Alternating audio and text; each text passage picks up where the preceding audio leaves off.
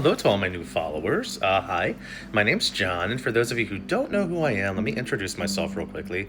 I am basically the reason I started doing all this stuff on social media was to advocate for people with disabilities and also talk about spirituality and how I'm somebody with a traumatic brain injury, and I have found Buddhist spirituality in particular to be incredibly powerful, not just for my mental health, but also for my social and emotional well being. I'm just an infinitely better person for having studied the Dharma, and integrated this stuff into my life. So one of the ways that I want to give back is I want to share this information with people who also have maybe traumatic brain injuries or other cognitive disabilities like ADHD, autism, intellectual disabilities. Folks that really struggle with cognition, processing, social skills, impulsivity, self-control, anger, the whole nine yards. So that has been my life experience. I suffered my traumatic brain injury when I was 18 months old, so I've lived with this disability my whole life. But for the vast majority of my life, I did not acknowledge or talk about the fact that I had a traumatic brain injury, even though I spent most of my schooling, elementary, middle school, in special education classrooms with children with like Down syndrome and other sort of intellectual disabilities. And I even became a special education teacher, and then I work with children, basically every type of disability imaginable. And even then, I still didn't acknowledge my disability. And I always find that really fascinating. Like it took me, I wasn't until my late 30s where I was working with a therapist, and we were doing our developmental history stuff. And she's like, "Oh, so you suffered a traumatic brain injury when you were a kid?" And I was like, "I did." Weirdest thing. It's this weird thing of like repression where I spent the majority of my life just trying to fit in. And so I was trying to, like, in my mind, what I think I was doing was I was just checking boxes on how I thought a normal person behaved, and what I was doing was just simply creating a facade or an exterior, and I was not dealing with any of my stuff on the inside. And there's one particular teaching of the Buddha that I think is just so extremely important. It's very basic, it's very simple, but my God, it's revolutionary. And it's called the Four Brahma Viharas, or the Four Divine Abodes.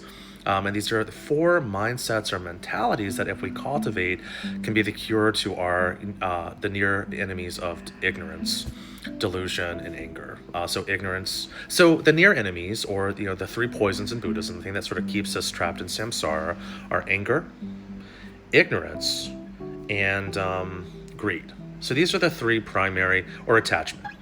So anger, attachment, and ignorance are the three big ones. And if you can attack even one of these in this lifetime, you're going to sort of slow down that process of harming ourselves through really bad habitual habits that we just get stuck in and are totally unconscious and we're not aware of, because we don't really stop and reflect on our habits. And habits are really what make up our mind and our mind stream and our daily life. Habits are fascinating. Like when you really stop and just look at how your thoughts become words and how those words become habits, there is a causal link there that is just undeniable. And when you start to let go of that stuff, it frees you. It creates space in your mind, and that's just the best thing in the world, because from that spaciousness you realize, wow, whatever happens to me, I can take it on the path. I have the space. I have the like the hard drive or the RAM or the memory, or whatever you want to call these computer terms. I have the ability to process what life is throwing at me. You know what I mean? Like we have this infinite capacity within us, but first we have to become aware of it, and then we have to cultivate it. So we're doing meditation, and then we're going to use mindfulness activities like loving kindness to help sort of condition the mind. So loving kindness is the first one, and I think it's the most important. And we have to start by showing loving kindness towards ourself. And you might think, well, that sounds, again, very simple, but we either skip it, or we live in a culture like, a capitalist society like I live in, where your worth is determined by your productivity. So you really can't stop and feel satisfied until you've actually completed something. And I think what the Buddha would say is no, no, no, no, no, no. Like you need to feel that love and self worth right now in this very moment. And then we have to actively cultivate that self worth throughout the rest of our lives.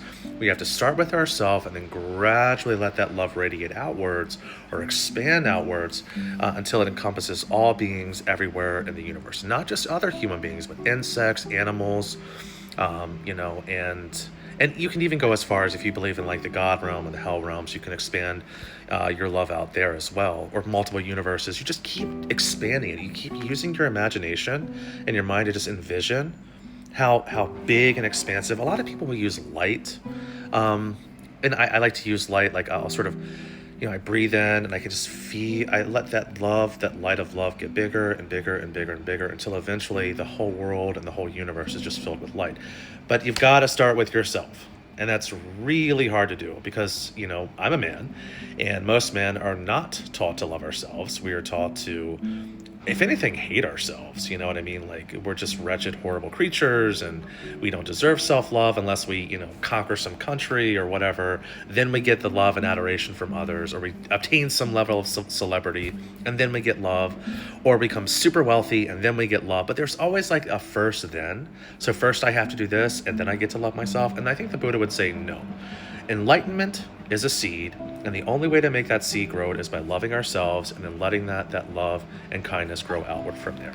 So that's the end of this video. I'm going to write a book on this, and I'm just putting this out there. This is an intentional thing. I love you all.